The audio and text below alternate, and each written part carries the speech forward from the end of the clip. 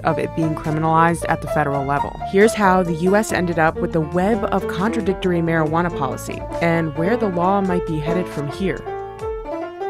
There has been a lengthy history of cannabis in the United States that has generally followed two tracks: medical and recreational. By the late 1800s, there were a wide number of medicinal uses for cannabis. People used it as a pain reliever, to treat nausea, and even to soothe the gums of teething babies. Its role as a recreational substance is about 120 years old, when migrants fleeing the dictatorship of Porfirio Diaz in Mexico came to the U.S. and started settling along the U.S.-Mexico border. The migrants were able to recognize cannabis's use as a recreational substance, which was very different than how Americans had been using the drug.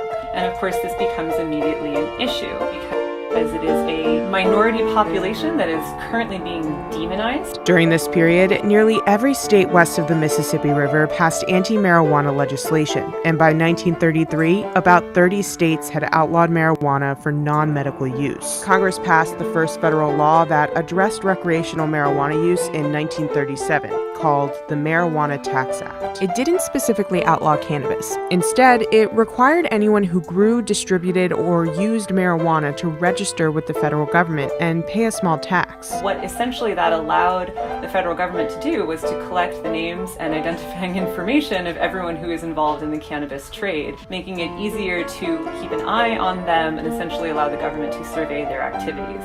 In the 1940s, World War II made hemp patriotic. The military needed it to create rope and other useful materials. With the end of the war, measures to crack down on weed ramped up again, and with the counterculture of the 60s, it became a symbol of protest. When Richard Nixon entered the Oval Office in 1969, he made drug prohibition one of his main priorities, culminating in the Controlled Substances Act of 1970, which created a scheduling system for drugs. The system is based on two criteria: the drug's medicinal